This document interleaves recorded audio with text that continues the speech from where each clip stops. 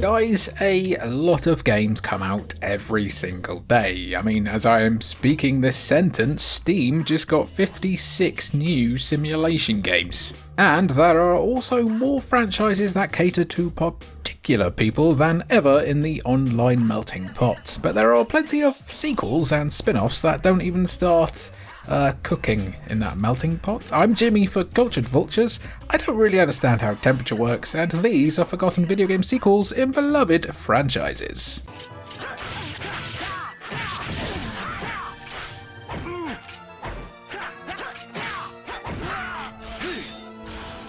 Yes, I do actually own this one, and I still don't think it's actually real. I have never seen Onimusha Blade Warriors be mentioned anywhere else online, to the point where I feel like there must be an Aurora Borealis localized entirely within my game collection. But it is real, and also really obvious why it's been pretty much forgotten, just like Capcom seems to forget about the Onimusha IP as a whole. That anime, man, what happened there? If your first thought upon completing Onimusha 2 was damn, that was fantastic, but I wish it was more like Super Smash Bros. And also Mega Man Zero, wasn't it? Boy, did Capcom have you covered by 2003. Onimusha Blade Warriors is to Smash Bros. And a bit of Power Stone what Palworld is to Pokemon, except without the equalizer of making slavery fun. Choosing from iconic characters from across the first two Onimusha games, including Samanosuke, Jubei, Cade, and Grunt, you fight across platforms in stages influenced by settings from those initial games, with the game's story, which is apparently canon, kind of, seeing you take part in what is essentially just a load of event matches with the excuse of making Samanosuke and Jubei fight. Onimusha Blade Warriors does have a neat trick up its sleeve, in that when you damage your opponents in multiplayer, you can then harvest their souls to replenish your HP, resulting in a bit of aggro and laughs if you and 3 friends want to pick up the blade. But there's not too much else here, as you can really sense it was made quickly and cheaply by a small crew to keep the Onimusha pipeline going. However, any game in which Mega Man can beat up a zombie can't be all bad, right? Onimusha as an IP was last seen in that already forgotten anime, with a remaster before that doesn't seem to have done well at all. Our Gene Reno in 4K chances have never looked dimmer.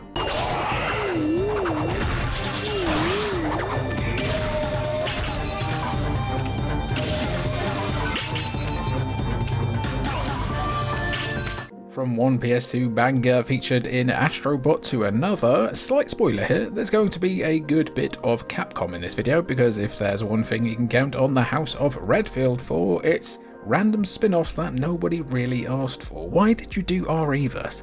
Why did you do that, guys? Why? However, you have to credit Capcom for really trying to give Okami, which is one of the hardest sells possible for a mainstream audience you could imagine, another chance with a forgotten spiritual successor on the DS by the name of Okami Den that released in 2010. Let's just go ahead and ignore them shutting down Clover Studio because Okami did so poorly for my own narrative purposes. Due to the fallout from that closure, there was of course no involvement from always angry auteur Hideki Kamiya, but Kuniomi Matsushita, who oversaw the Wii port of Okami and was also the director of the PS2's Miracle port of Resident Evil 4, stepped in alongside the rather unconvincingly named Game Studio Corporation Limited to paint another picture for the IP on Nintendo's dual-screened wonder, where a creative game like Okami should fit right in. Okami then retains the celestial brush from the original game, which allows you to create items by drawing them on the DS screen, which is the kind of mechanic the handheld was designed for. However, Amaterasu is out, replaced by her son Chibi Terasu and young Sprog Kuni, who rides around on his back. Together, you'll be once again fighting back the demonic forces encroaching on Nippon in a Zelda-esque adventure with buckets of storybook charm. Okami then does make brilliant use of the DS, allowing you to do things like draw secret paths for Kuni to go and get you loot while using the second screen as a map, but it does aesthetically suffer a little due to the jaggies of the Nintendo DS itself. Okami Den was a mild commercial success, contributing to the franchise selling over 4 million copies, which, they have had 4 million ports, so that does make sense. We've had Okami on every platform going pretty much, but how about one more port that bundles both games together? You will never escape us and our demands, Capcom. Escape Dead Island is the next one.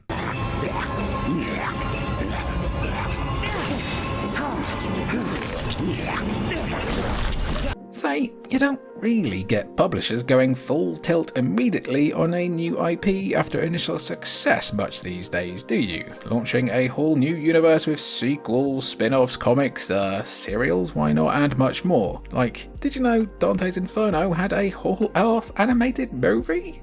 It was all the rage back in the 7th generation, with Dead Island being a major culprit for that, even if a lot of its huge success at launch could be attributed to that misleading kinda but still amazing trailer. Best video game trailer ever?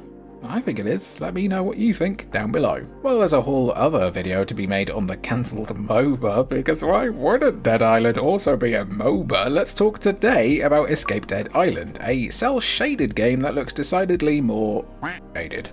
In this third-person adventure starring a nepo baby by the name of Cliff, whose main personality trait is absolutely hating normal-length clothes, you travel to Narapela to discover the truth about some corporate blah blah blah, insert umbrella comparison here, blah blah blah. Oh look, here's some zombies. It's not just Resi that Escape Dead Island calls to mind though, as Cliff is armed with a camera like your average war coverer. You know, Cliff collects evidence, but bafflingly you will also collect very few weapons for a Dead Island game. Avoid zombies wherever you can because the combat is just really arse, put up with a whole host of glitches, and take the longest ways around to every objective over and over and over and over again. Escape Dead Island was made quickly and cheaply, and you can tell it didn't even come to PS4 and Xbox One, despite the fact that it was released in November 2014, a year after the 8th gen had already started. What? Escape Dead Island was pretty much Escape Dead on arrival, but a neat little curiosity is that at the time, pre-ordering the game would get you beta access to a version of Dead Island 2 that never came out. A revamped version of Dead Island 2 did come out almost a decade later in 2023, and you know what? That is a fun-ass video game. This next one wasn't a lot of fun though.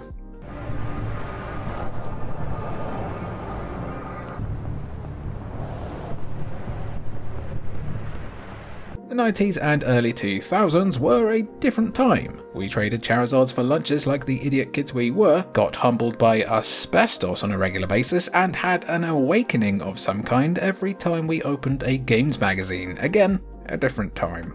While franchises like Tomb Raider were bolstered pretty well commercially by leaning on specific attributes, Fear Effect is to video games what Tattoo is to music. The marketing was wild and pretty aggressive for these PS1 games, but if you could stop staring for a bit, you'd realise that Fear Effect 1 and 2 were both solid, stylish action adventures with tank controls, incredible visuals, sound and atmosphere, and absolutely brutal difficulty. Fear Effect was very much its own thing in the early 2000s and pretty proudly stood out from the crowd, so it was a bit odd to see Fear Effect Sedna in 2018, an isometric tactical stealth game in the style of Desperados. Making a new game in a series mostly powered by cleavage after 17 years of nothingness is admirable of course, but changing the game's whole genre? If it didn't work for Pac-Man, it probably isn't going to work for everyone's favourite ruthless aggression era legends.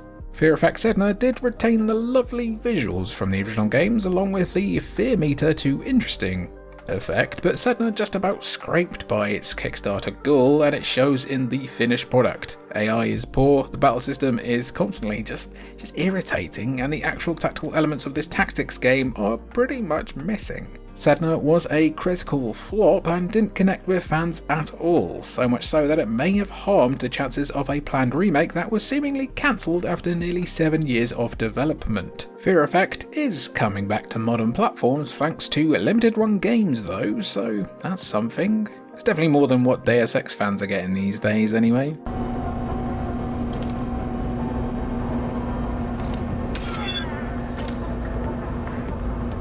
As a great philosopher once said, it ain't easy being cheesy, and it ain't easy being a Deus Ex fan either.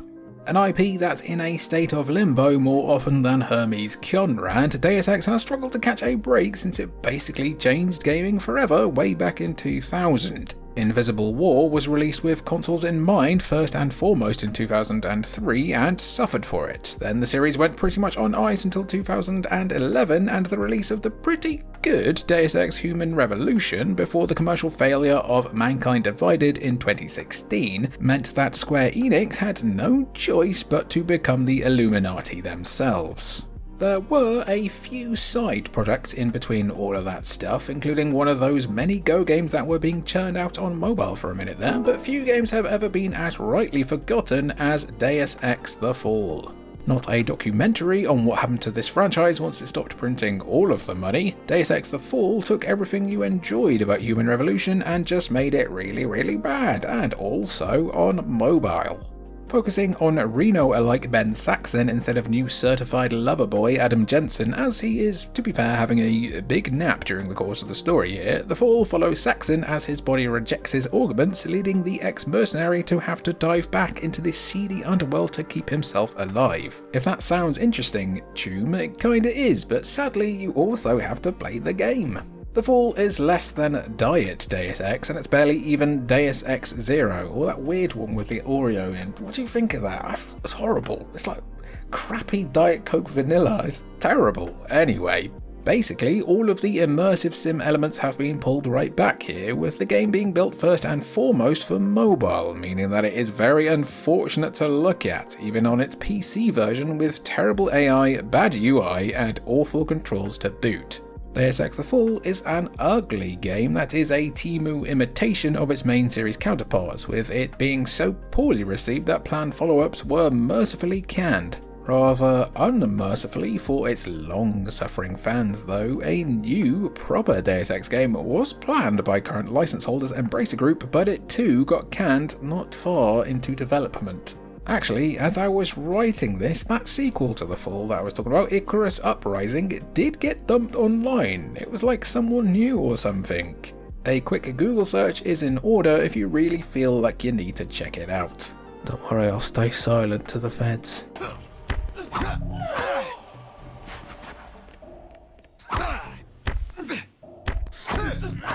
If you think you have it rough as a Deus Ex fan, Silent Hill is proof that even the foggiest of franchise futures will eventually clear up. Probably.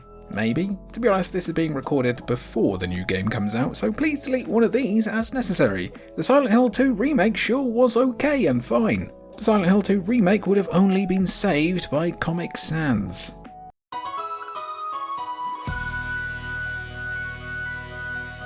It's wild just how desperate Konami seemed to get with the Silent Hill franchise for so long after Team Silent's magic stopped working following years of, just frankly, incredible crunch. 4 games in 5 years is crazy. From prequels to remakes to ill-advised installments pawned off to Czech developers who'd only ever made a kinda bad Metroidvania before it, Konami did everything. Apart from giving the people responsible for it the time and money they actually needed. You won't find any better examples of Konami's fucking wild attitude to the IP than Silent Hill Book of Memories, a PlayStation Vita exclusive spin-off released in 2013 that played like baby's first Diablo game.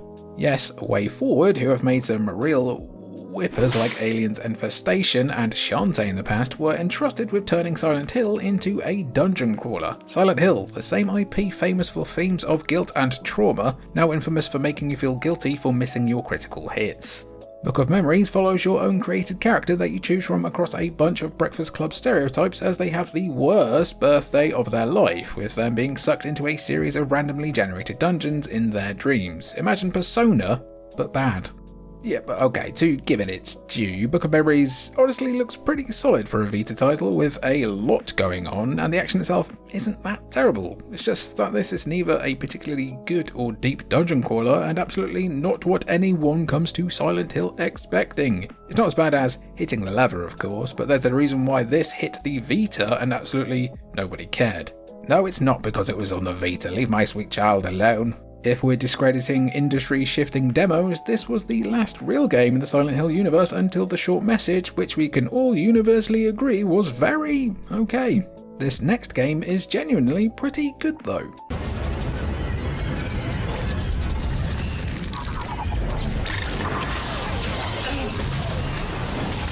we're back to the 7th generation of gaming, which was a truly blessed time when everything not nailed down would get its own wider universe. It makes sense for Dead Space though, because space, universe, etc., but there's so much room to maneuver within this IP and its canon that it really would be a shame not to, especially when compared to Dead Island, whose whole thing was zombies in tropical shirts. Along with that great not great original trilogy, we got a pair of fairly underrated animated movies, a random puzzle game, novels and comics, and also a one-time Wii exclusive in 2009 that really stood out on the console for, well, being Dead Space in the middle of threats of violence from random fitness mannequins.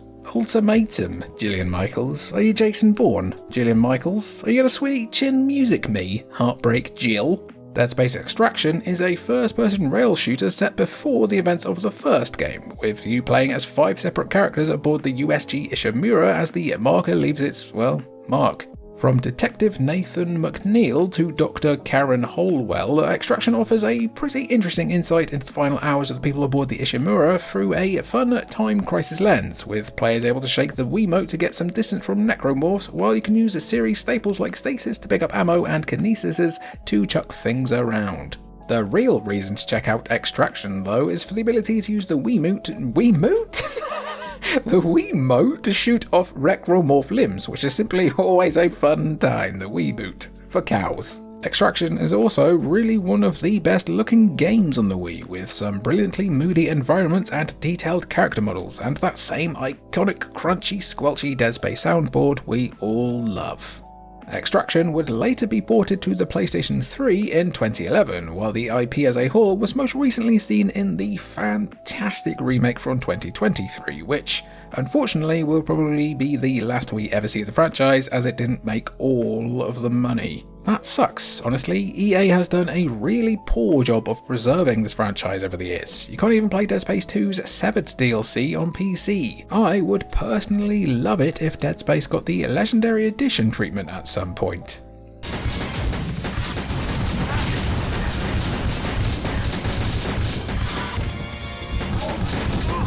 While they've rarely ever missed with the main installments, Capcom has constantly been guilty of what analysts dub dumb shit when it comes to spin-offs in the Resident Evil series over the years.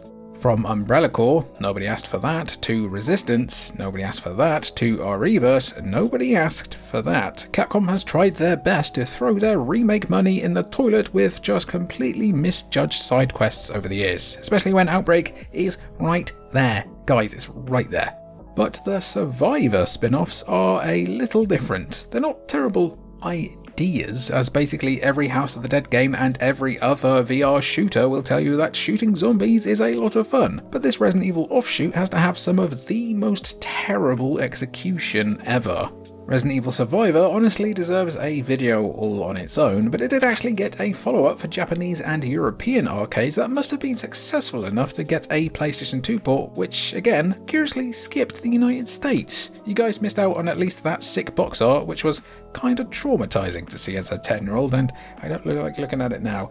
Ugh. A spin-off of the game that Capcom should really be remaking next, Resident Evil Survivor 2 Code Veronica, is a 2001 light gun shooter that has significantly more going on than the original Survivor game, with players controlling Claire Redfield as she unfortunately teams back up with Steve on Rockfort Island. What makes Survivor 2 a touch more exciting than the original game is that the clock is always ticking down until Nemesis is set loose on the island. If you think that doesn't make sense, don't worry. Don't worry about it. Everything that takes place here is just a dream. As for how Claire even knows what Nemesis is, considering it was Jill that encountered him, please stop asking questions, okay? While Survivor 2 is certainly a good deal less boring than the original Survivor, its total lack of voice acting, total playthrough time of around an hour, and totally bogus decision to keep Dream Steve alive means it's worth playing today as solely a curio of RE history. Is it worth digging out the GunCon and CRT for, though? No. The Survivor series would again spin off for a third time into the Dino Crisis series with Dino Stalker, a game which could end up in a follow-up video if you want to watch that, and the final game in the Resident Evil sub-series, Dead Aim, which released in 2003, which to become clinically insane for a minute, was actually alright. It was.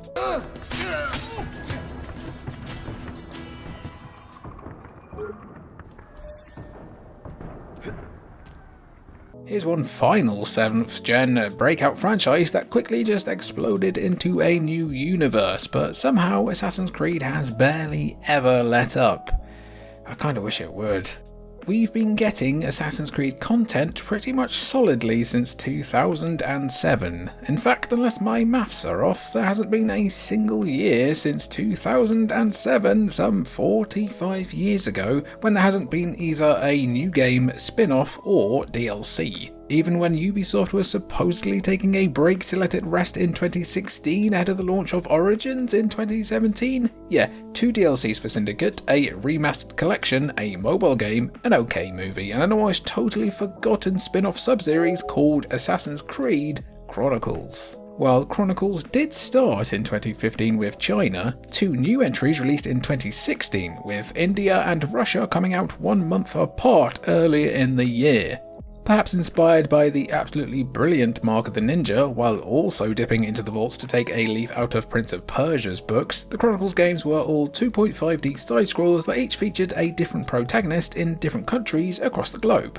Chronicles Chiiina, probably the best of the bunch, follows Xiao Jun, a character first introduced in a 2011 short film who must eliminate a group of Templars running China behind the scenes. Chronicles India, meanwhile, is set during the Anglo-Sikh Wars and focuses on Arbaz Mir, a character first introduced in the comics who must save his mentor from those no-good Templars who are searching for a MacGuffin to put in their Deus Ex Machina machine.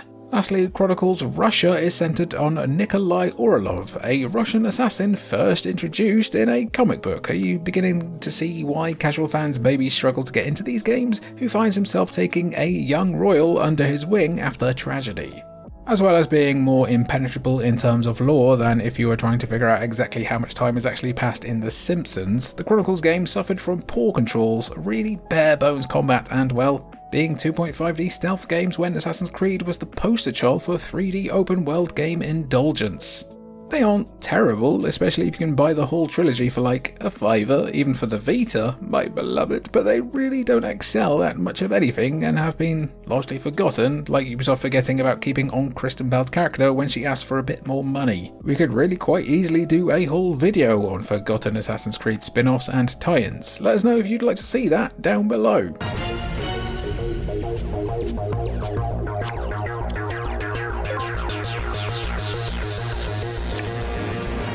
Metal Gear is one of those franchises where it got really weird on handhelds. You don't get much weirder than the Acid sub-series, the criminally underrated second game in particular. Directed by Shinta Nojiri, he who also blessed us with Never Dead before disappearing from the planet, his work seemingly done, Metal Gear Acid 2 follows up the much more widely known Metal Gear Acid, a grid-based tactical card game we're going to assume Konami frantically gave to Sony for the launch of the PSP, while they tried to figure out how exactly to make magic happen with the hardware later. Even as a pretty big Metal Gear fan, I just have to say that the first Acid game, not that good, especially when you play it these days. I'd honestly prefer to play Portable Ops. The story is nothing special, while also just being needlessly complicated just because the devs thought it probably had to be as a Metal Gear game, without any of the source either, while the art style is kind of flat. It's not a bad game, but it's one of the more skippable games in the franchise. I wouldn't say the same of Metal Gear Acid 2, the far less commercially successful sequel that is also alternate timeline nonsense, except this time it's cel-shaded, which instantly makes every game better and tightens up the gameplay a lot to just generally be a bunch more fun. For instance, now you can sell your cards to allow you to buy better cards, and it's a small thing, but not having to stop specifically on an item tile to pick up said item is a total angina saver. Following Snake and newcomer Venus, the pair investigate a shady corporation called Saint Logic after Snake is coerced by the FBI. Metal Gear Acid 2's story goes in some fantastically goofy, dreamlike directions that you can appreciate without having to have played any of the earlier games. It's also easy to appreciate just how experimental Konami got with this game, as you could even use an accessory that came with it by the name of the Tobid Acid to play in 3D in certain sections, a full 5 years before the 3DS even came out, and if your PSP happened to not be connected to the internet, you could also help yourself out by unlocking certain footage for certain tastes, and I shan't elaborate. Metal Gear Acid 2 really didn't seem to sell well, unfortunately, but it did get a mobile port in 2008. If Konami wants to keep biding their time until they release Metal Gear Solid 4 again, I absolutely wouldn't turn my nose up at Master Collection Volume 2 being focused on the portable spin-offs, including Acid 2. Hey, a man's gotta play the N-Gage's iconic Metal Gear Solid mobile in some way that doesn't involve the N-Gage, right?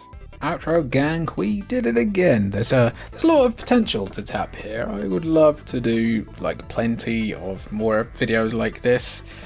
So yeah, let me know if you want to see it. If you made your way all the way through the video and you're at the outro now, you're one of only about 40% or so of people who get here. So to thank you, comment "I made it" down in the comments down below and I'll get you a free Steam key. And while so classed, I've been Jimmy for Cultured Vultures. It's been good to have you, and thank you for watching.